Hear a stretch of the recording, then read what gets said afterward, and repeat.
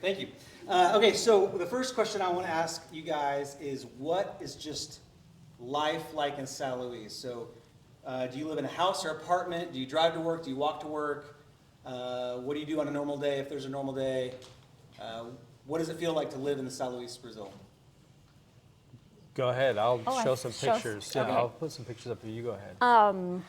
We moved from the region really near the kids' school and the church building when we first got settled 2 years ago to, I thought it was on. That's the recording mic. Yeah. I think we need to use this one, but I don't know how to turn it on. I didn't know what mic. Hello? There it is. Okay, we moved from the region that was near our church building and the kids' school from where we first settled to a neighborhood that's about 10 miles from the church building. It's in a closed, gated community with 70 houses, more like townhouse style. We share a wall. It's just a little U-shaped neighborhood with a security gate and a guard, one way in, one way out, and a nice play area for the kids. This has been a blessing to us because we leave the door and the window open where there's no air conditioning. And there's kids all the time coming and asking Jude to come out and play, and it's secure. He is getting the childhood like I had, where I could just get on my bike and be gone all day and come home when the street lights come on. He has a little walkie-talkie, and by 8 p.m. we're like, Jude, come have dinner. So that's where we live. We have one car. So our routine lately has been more like some days Mark goes to the building without us and Jude and I stay home. Jude does online school. And some days we all go in, we have a team meeting and we set our routine for the week, what all we need to get done with our teammate Lucas. So Mark's kind of showing here, this big lake, Lagoa de Johnson, is where the church building is, right off this lake. It's a pretty popular area of town, the upper middle class neighborhood. And we live in Grand Villaging. Do you have it? Yeah. Over there. Mm-hmm. Okay. Yeah. So that's about a 20-minute drive, depending on traffic. There's a lot of traffic in the city. It's kind of chaotic, but it's a nice drive, and we live in an area where there's a lot of stuff, so where we used to have to drive to go and get things, we can actually walk and get groceries and whatever we need now. So you ask about a typical day, Yeah. but there really is no such thing as a typical day. It's like maybe a typical kind of week. And so we kind of sketched out like Sunday, we wake up, get to the church building, pretty early to get things going, unlock the building, clean up the front. One of the things about San Luis is very dirty. People leave trash everywhere, so part of our responsibilities are cleaning up all the beer bottles and if people had slept in front of the church building the night before. So there's a lot of that kind of just grunt work to do when we get there. And then we're there, until maybe like 1 p.m., kind of like you guys would be. And then typically in the evening, we'll go out with people from church and just go and do something together. Monday, we have a team meeting. This is kind of where it gets kind of boring. Team meeting, we have physical therapy with Jude. We have family time. That's really important for our ministry to make sure that we're investing in each other, investing in Jude, making sure that he knows that he's a priority, because the mission can just take up so much time that we're not investing in each other, we're not investing in our kid, we're just trying to survive from day to day, so we have to be very intentional about that. Tuesday, I'm back at the building working on stuff for Wednesday. Melynda stays at home with Jude with his schoolwork. He does online school, so she helps him with that.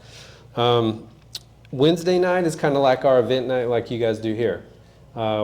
We just have different events. We do Discovery, where we teach the Bible through English and a song, so there'll be rehearsal for that and getting ready, the building ready to receive a bunch of people.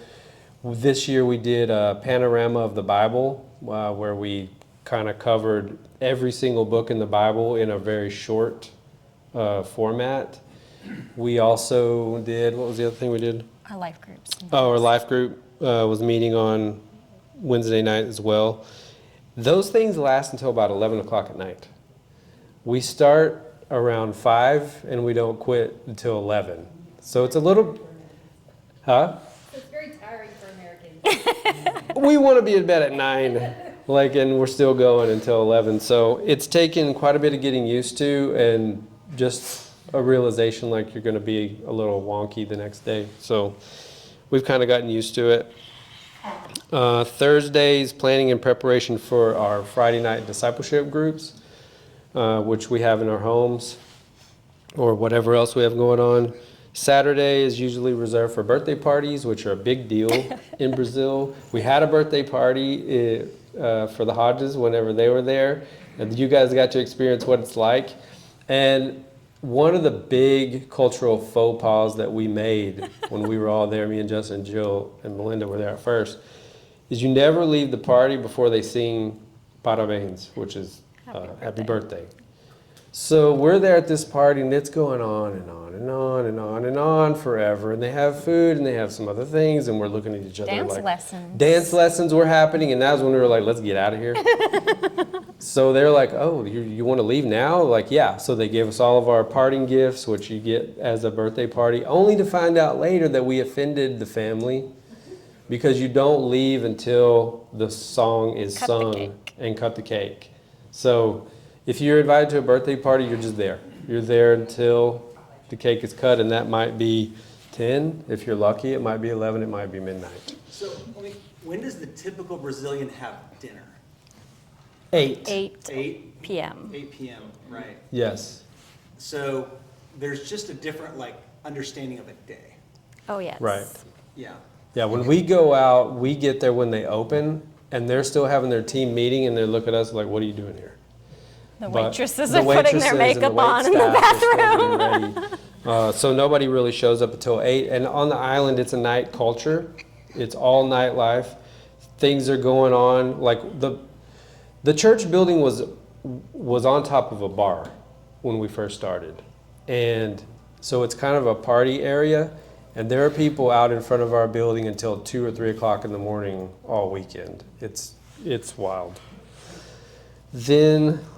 So that's sort of our Saturday. We do monthly meetings. We meet with another church in town once a month. That's something that we do on Saturdays. And our praise team has rehearsal on Saturdays. And then we're doing Sunday again. And the weeks fly by. Yeah. Okay, what is something that São Luís has that you love that, America doesn't have or the States don't have? And then the other side of that question is, what is something that San Antonio has that you miss that you cannot get there? You talk first. I think what São Luís has is more about its culture than it is its location, besides the beach and the warm weather. The open door nature, you're invited anytime. They will cook you a meal. It is not offensive to just show up. Like I said, I love that we open the door and the window and there are kids at my door. Even if Jude isn't there, they usually just want to come pet our dog, or they want to see if I have, what are those gummy candies that you guys brought? Mott's fruit snacks. So it's just that kind of neighborhood like it was back in the day in the U.S., Yeah. The thing that I like about San Luis is it's simple. It's a simple kind of life, maybe like what we could imagine our grandparents' life was like, with a lot of small businesses, kind of the hustle and bustle of every day, just trying to make it. But it's challenging for us. The language is challenging, all the documentation stuff that we have to do. Just living is challenging, but it's fun. Speaking in another language and trying to learn how to get by is a big challenge just to live. So that's nice. The slower pace there, I like that. It's old, historic, it's poetic, it's beautiful in that way. We love our church family. We love what this mission has done to us, how it's transformed us. The feeling of purpose and calling that we have every single day, no matter how hard things get. I think is something that we don't take for granted. So those are the things that I love about San Luis. And Melinda, don't forget your favorite dessert. There are some yummy foods, yes. Pudim de leite is my favorite. Did you have I've never pudim? had that. It's like the Brazilian flan, Oh, but better. okay. Come visit. What we miss about San Antonio, we miss, especially now that the hills are gone, we miss being known. We miss believing that if we just communicate, people are going to get what we mean, that people already know our history. Like Jude, he doesn't like having to explain himself over and over again, or you can't replace that.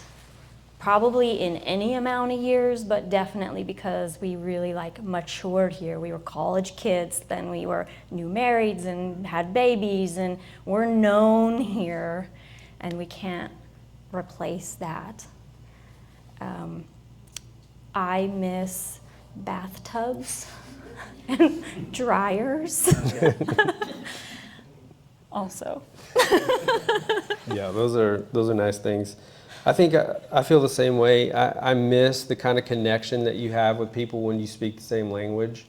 You just can communicate in ways that, as much as I want to be able to communicate in Portuguese, I just don't have. I'm just missing a gear. I just don't have it, and that's hard to kind of get to a certain level with people, but never be able to go like I can talk to all of you. And I think I miss just kind of blending in. We don't blend in, so everybody wants to know us and why are we there and can we learn English, and here I'm just one person in the crowd of a million. Okay. All right, last one for me, so get ready.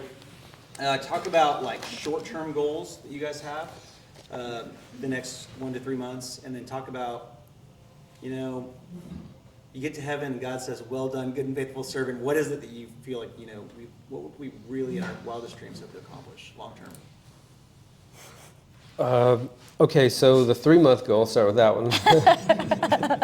one. We invited 4 couples before we left to consider what it would look like for them to take on the responsibilities, not the title, the responsibilities of a deacon, and ask themselves, do they have the desire? And obviously we believe they have the capacity, but do they have the desire to do that? We're excited about these 4 families. One family came forward and said they're willing to enter into that process of being accompanied by us, growing in leadership, being willing to hear other voices that we're going to invite, like Antonor Gonçalves, to come and talk to us about what leadership can look like. And so we're going to be investing in those 4 families as heavily as we can over the next year. And we have been doing discipleship groups for the past year. Very excited about where that's going to go, allowing those folks to then become disciplers, seeing how that evolves. Also excited to invest in Lucas. He's an amazing leader. I was actually looking over one of our documents. Remember when we made those documents in the beginning with all of our objectives and who's going to be what and all this kind of stuff. And one of them was raise up national leader. And I think Lucas is that. I think he has those qualities and characteristics to be a leader in the church, bigger than the congregation in San Luis.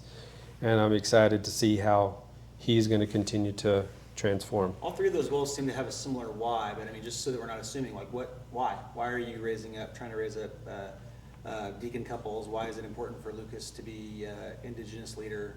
Why are you spending time on discipleship groups?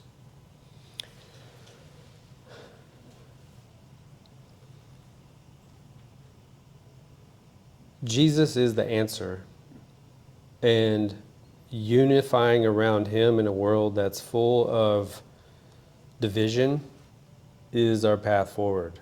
I think we all know that in the West, the church is going through challenging times, and I think coming together is our way to grow again. And so having someone who can speak on a national level, having disciples who learn how to share ideas and not divide, how to understand that, oh, somebody else has a different perspective than I do, and that's okay. Those things all work towards the spirit of collaboration and unity that we're going to have in order to grow, in order to thrive, in order to realize the prayer that Jesus prayed in John 17 that is at the heart of what we want. We want that. Great.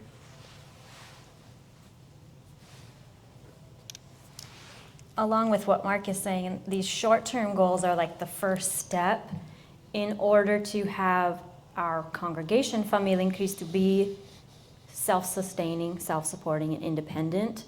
But even more than that, we're trying to lay the groundwork for what Mark is saying, that it is a beacon in the city. And we believe that what we're trying to encourage these couples in is accepting this type of vision, so that it isn't just us as North Americans it will replicate, it will multiply in what does it look like to create disciples in the city. And it doesn't even really have to do with these people staying in our little building with our plaque on the wall. It's just hoping, praying that the legacy of Christ is being transformed in other people's lives, so that if God says, well done and good faithful servants, it's because there's a new generation teaching others about following him, regardless of if that building is standing in 2 more years or if that plaque stays on that wall. Great. Yeah, Great. Thanks. I can't say it better than that. Okay. All right. Other questions? Minion? How big is the city? It is about 1 million people in population, and it is It's about 15% bigger than it's about 15% bigger than San Antonio. So all of San Antonio in land mass.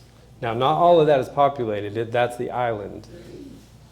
And what is social media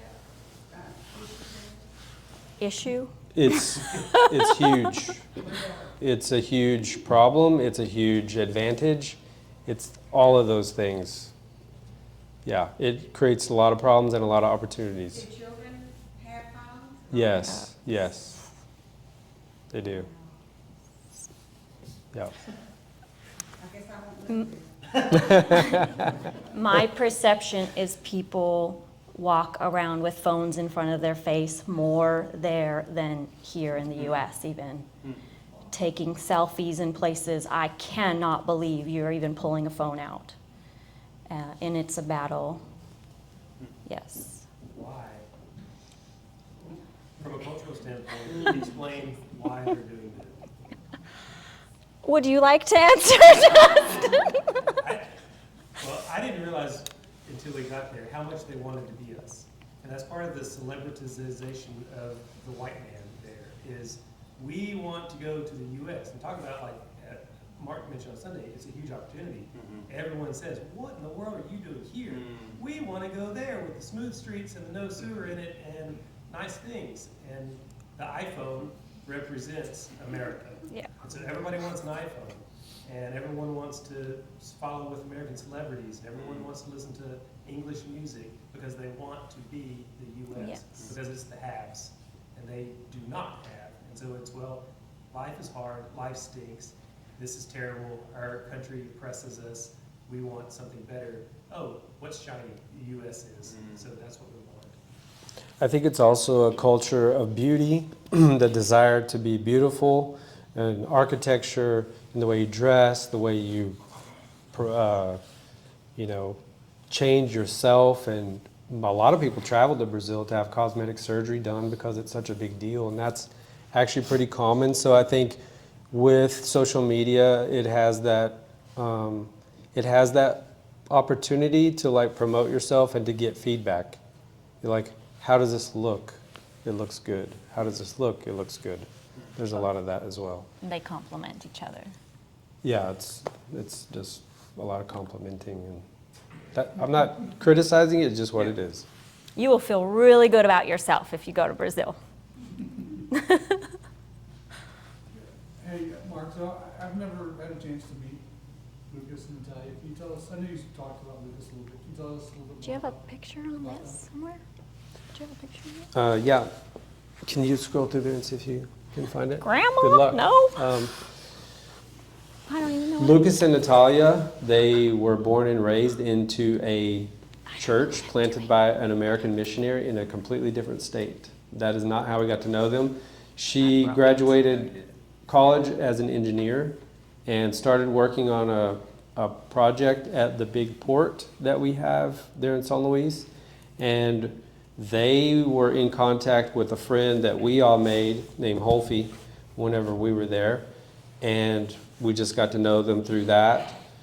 They would travel back and forth, and they traveled all over Brazil. And then during the pandemic, she got let go from her job, and then he was pursuing ministry in Rio. And we just happened to be in touch with him and said, hey, would you consider coming to San Luis? Because we got to know them a lot during the past few years.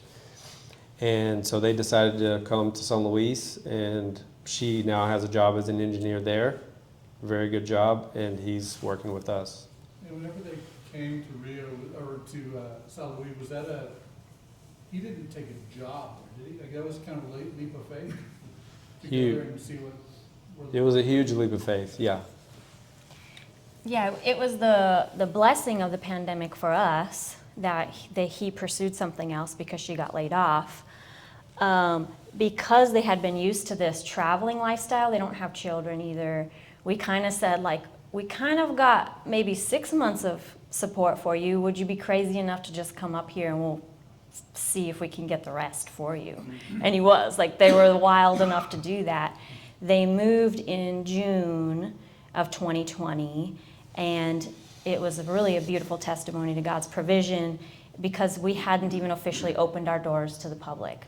So we had a Brazilian representative in our team that already understood our vision on day one, and this was part of our training too. We were sitting in all these meetings with great cities before we moved, and they were like, who's going to be your praise team or the worship leader? And we're like, God will provide. And literally before we opened the doors, he was a part of our team. So that's been a blessing that we didn't ever have to transition from like only the Americans, and now there's a Brazilian person on their leadership. Wow. Is he supported by church or how's his funding? We provide his support. Okay. Yeah. All right. You provide his support. We had the first 5-year commitment from all of our supporting congregations, and at the end of those 5 years, we proposed an extension of 3 years for us in the Hills in October, and then that didn't look like we thought, and the new proposal was, we're losing the Hills, can we support Lucas and Natalia? So, thank you all.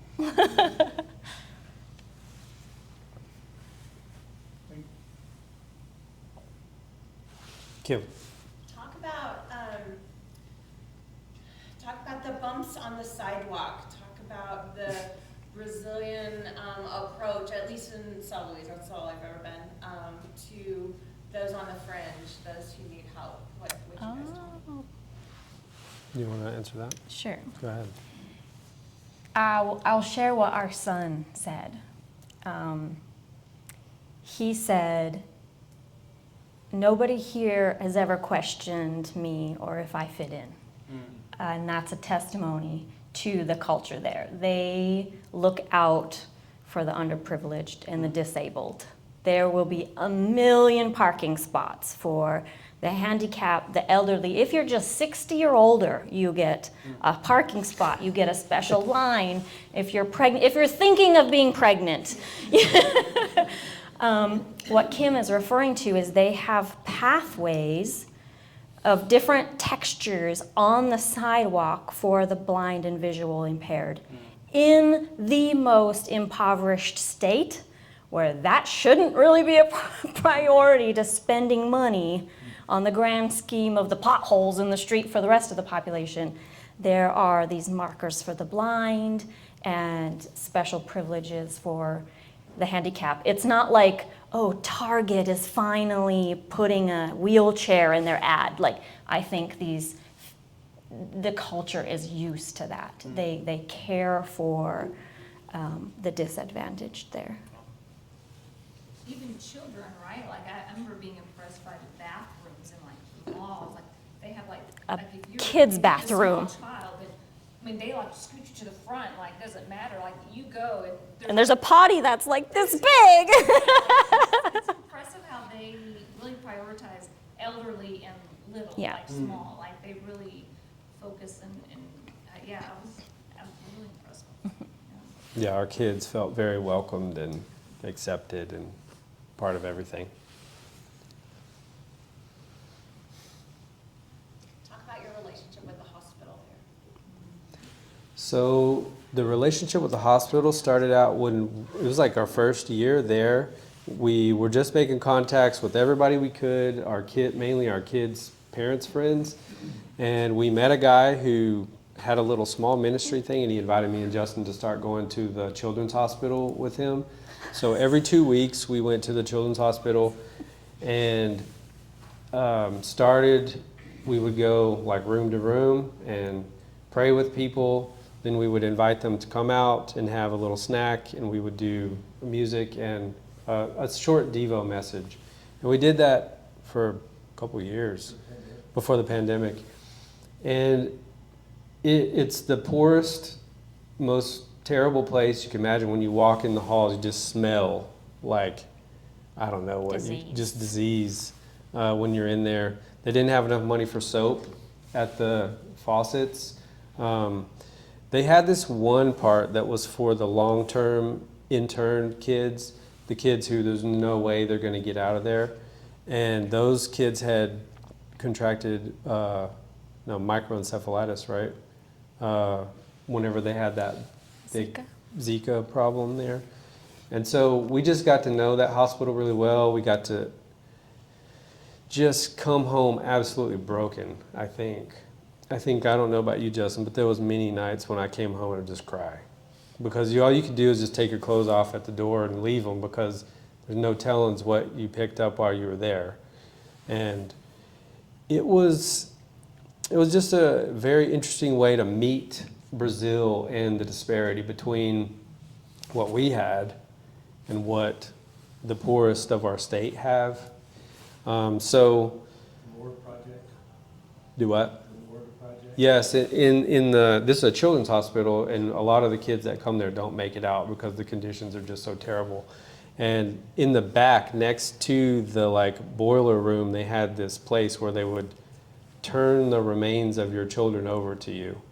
And so you can imagine, I mean, you don't want to, but you could imagine the last place where you sort of witness your child. It was just awful. Water on the floor, like a one fluorescent light that was kind of not fixed properly, and like a metal slab table. It was just terrible.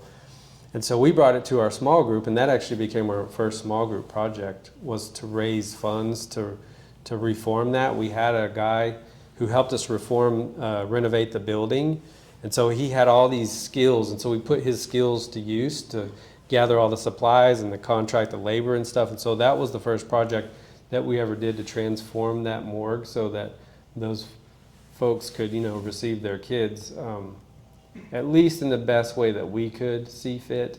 And that sort of sparked a relationship with that hospital, and it really became interesting because we were able to bring through another project that we did, somebody that's very powerful in our city to that place. And I think through their witnessing it, some interesting things started to change. And now that place has kind of been completely reformed. It's actually kind of nice now. So I don't know if any of that had anything to do with how it changed, but it definitely changed Justin and I. It was a very difficult and amazing experience. Mignon? How much, I didn't say any of my business. How much longer do y'all plan to stay, and where are you gonna go from there? And talk about it? I know you Okay, so we have 2 more years left on the current agreement with the churches, and we're investing heavily in the leadership so that the church could stand on its own. We look at Lucas in some ways like, I don't know, this is going to sound, he wouldn't like this, but it's like a son. You know, he's Call the church our baby. church a baby, you know, and so we're trying to transition and make sure that it can stand on its own. And at the same time, we have our real baby, just like many of you do. And we're kind of all in this together that are trying to transition our kids to stand on their own. And so Jude is our priority to make sure that he's okay and what does he need. So it's going to take a lot of wisdom and discernment and God's power to put us in the right place at the right time and bring the right people and open the right doors. We're very prayerful that as these 2 years go on that we're doing both of those things. So at the end of that 2 years, Jude, we hope, will be ready to transition back here and either do a year here before he goes to school or start school. We don't know exactly how that's going to go. But we also can't just rip the Band-Aid off and cut ties with Familia en Cristo. That would be crazy. So how then do we create kind of a hybrid or back and forth where we can continue to support them as they need or don't need? All of that is up for your prayers and our discernment. It's a great question, and we're asking ourselves that almost every day. He's 15. But he's about to graduate high school, Yes. so you're in a transition. You're looking at transition times quickly. Yeah. Yeah, it's happening fast. And you guys know, I don't know, time is flying. These past 2 years, we can't believe it. It's been 2 years since the Hills have been back, and it seems like they were just there. The time is going by so fast. It's incredible. Did you have a? I was just gonna ask, I know Northside sent a mission team down there. Is that something that y'all have had a lot of other mission teams come? Is that something that you're working towards? It's something that we're working towards. I didn't add this in our hopes and wins for 3 years. I hope that all of our supporting churches can send a short-term team to come and see us. Northside is the only one that's put an entire team and came down last year, a group of 12. It was a fantastic experience and necessary because we are an extension of this family. We're not just an island on our own.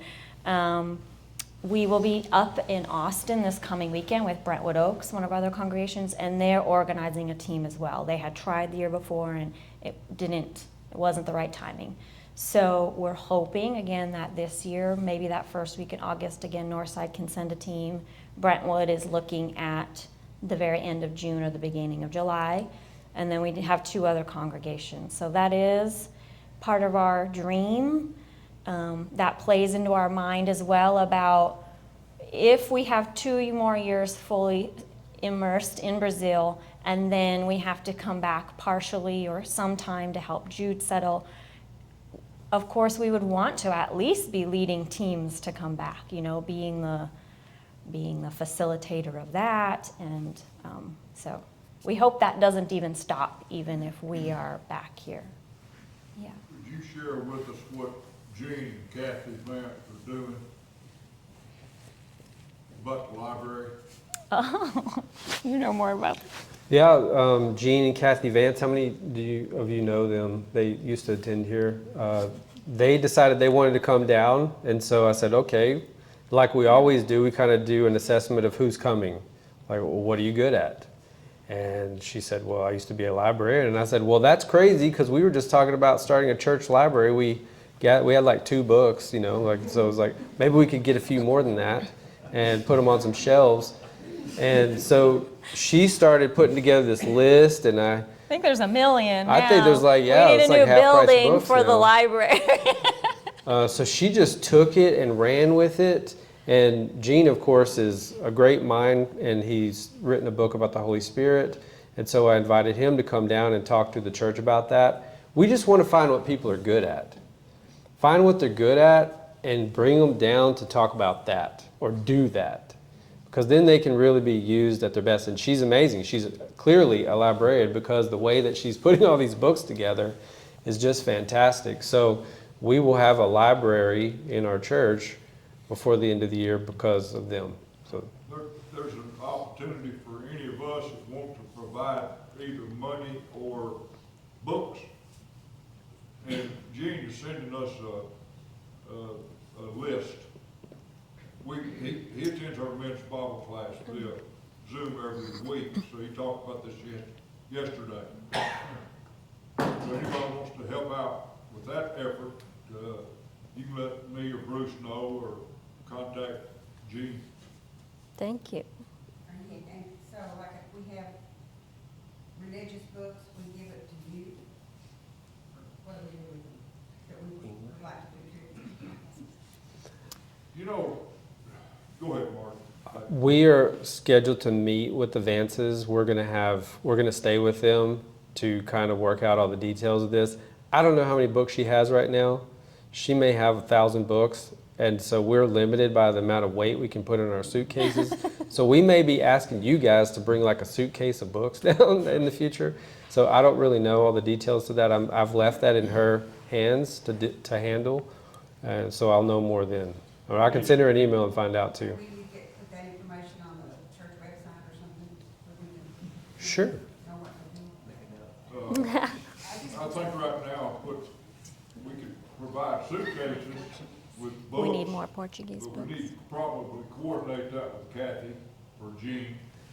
I think also money would be appreciated because we're going to have a lot of books in English, and then Want to buy we'll want to buy books in Portuguese. It will actually be better. We want to transport them, but we do have quite a few people that speak English, so they will be read. Yeah. What's the sweet spot of time for people to come down there? 7 days, 12 days, 14 days? Like what, like, yeah, when do they wear out the Yeah. welcome, or when is it not enough time? Mm-hmm. Good How long question. can Chris come for? Chris, Definitely yeah. wants to know. Yeah, That's where we're that's great to know. Chris is invited anytime. I think it would depend who is coming, if it's a team, an individual visit, and what that purpose of that visit is. Yeah. But note, it usually takes 2 days to get there and 2 days to get back.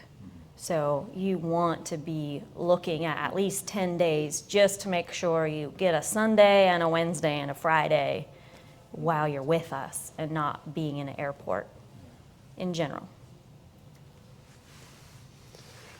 I think too, in the day-to-day nuts and bolts, it'll be a lot of going with people, visiting people.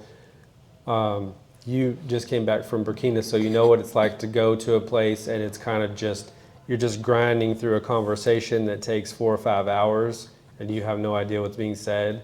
So you kind of have to just think about your own mental health. Like, how long can you deal with that? So I don't think there's necessarily a time limit.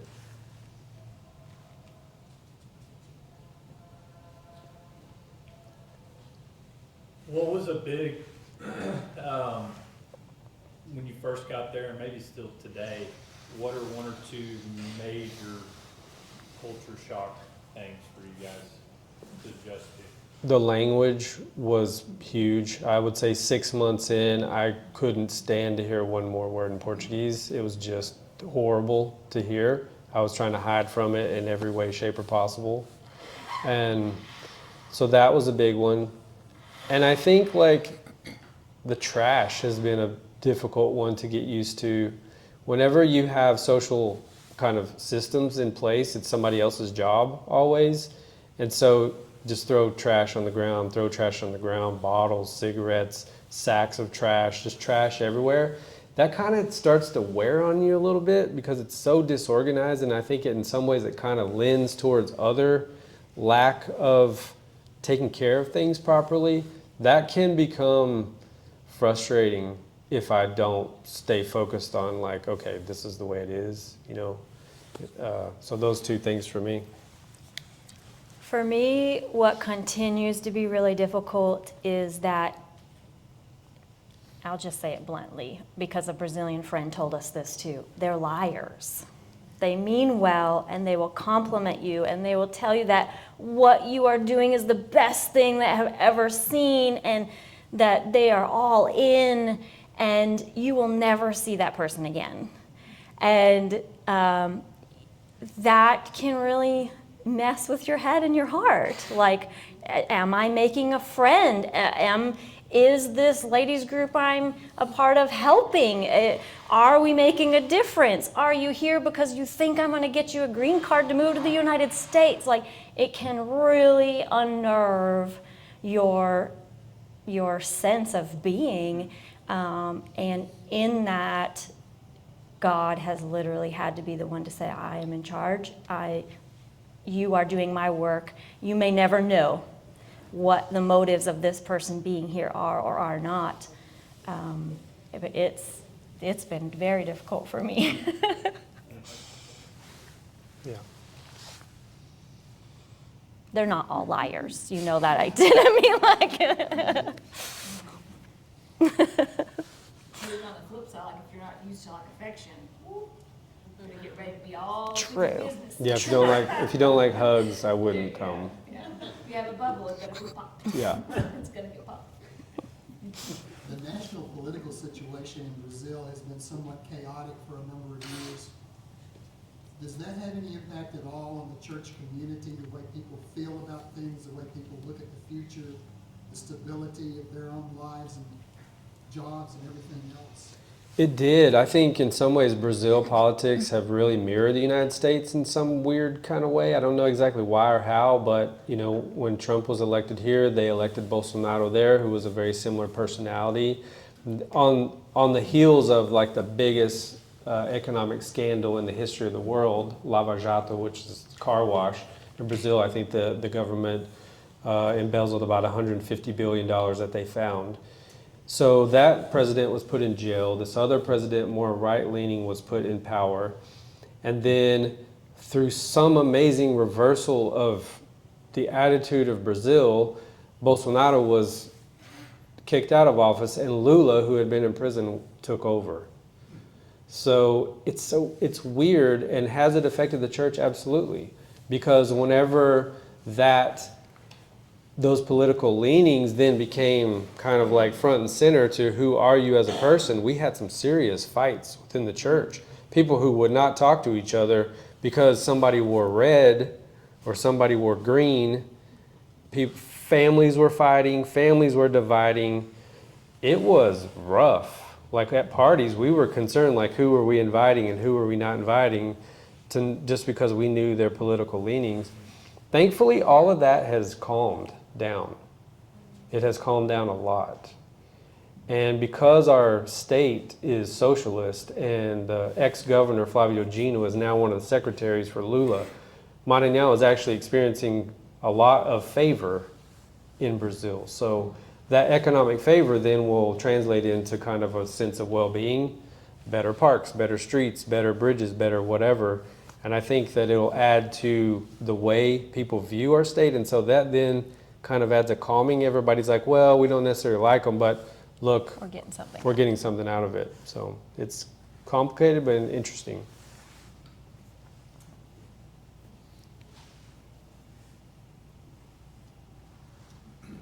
Okay, we've got like 10 minutes left. Is there any other questions? Anyone just been shy to ask something? I've got another. Okay. Go ahead.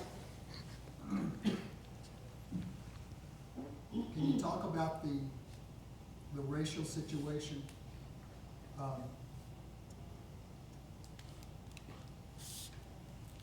few years ago here in the U.S., I had a student in class who had grown up as a missionary kid in Brazil.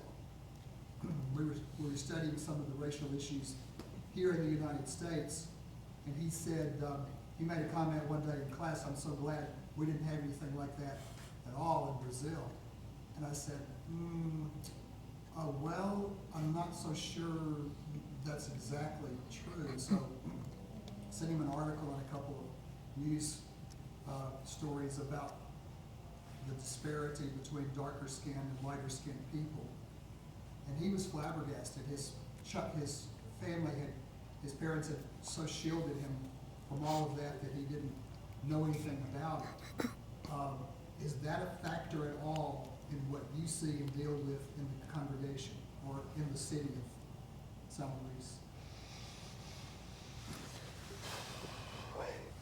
If it is, it must be so under the surface that I can't see it. Being a foreigner, there's certain kind of cultural things and cultural cues and body language and maybe certain things that I wouldn't pick up on. What I have seen just in general, I grew up in the Southeast, and which was the home of slavery in the United States, and the Northeast of Brazil is the same. It was the home of slavery. Brazil imported more slaves than the United States. However, I think they didn't have a couple things. They didn't have the Klan, and they didn't have Jim Crow laws, and so I think it actually kind of expedited the interracial relationships, and so there's many more of them. It's much more common at least where we live. We have quite a few interracial couples. That's like normal. I don't know. That's not abnormal at all. And I think at least where we live, for all the different reasons that Melynda says, like even people with any kind of lack of advantage are kind of brought to the front, it doesn't feel like it's an issue to me. But I could be missing something. I remember hearing a couple who are doctors that had participated with us mention the lack of Negro representation in the medical field. And I was trying to even ask them, where do Brazilians put that marker of calling someone Negro? Because they also have Moreno, and then they have gringos or, North American, and then like the whites. It's like their spectrum is even more diverse and integrated that it isn't natural for us to be able to say like someone would fall from here to here. Where it is in the US, it's a little more obvious who would fall on one side or the other of the racial tensions because it's so much more interracial in natives and the skin tone literally being a whole spectrum. Yeah. I just want to clarify what she said is negro. She's not saying negro because their way of communication, they just use the color like of each other. There's nothing to it. I mean, they call each other that as friends. Two people that are married call each other those names as terms of endearment. So there's not the loadedness of when you mention color, I think that I can kind of feel in the United States. It's not loaded like that there. They use it as terms of endearment. And so it's just a different conversation. I think it's a completely different conversation.